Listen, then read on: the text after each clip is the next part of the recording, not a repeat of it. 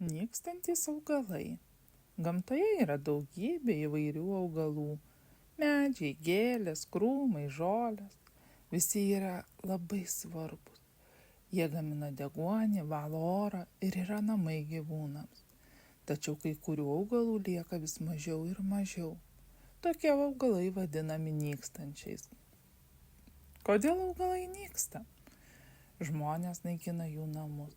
Kai tiesia kelius, stato namus ar gamyklas, kerta miškus, suaria pievas, augalai nebeturi kur augti.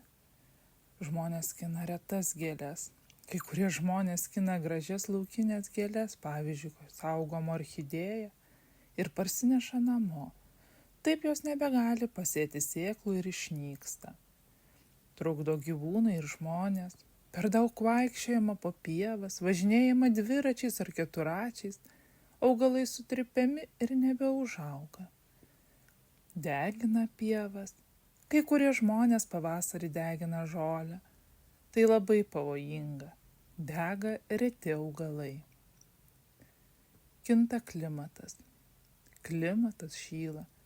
Keičiasi metų laikai. Kai kuriems augalams tampa per sausa ar per šilta. Jie nespėja prisitaikyti ir pradeda nykti.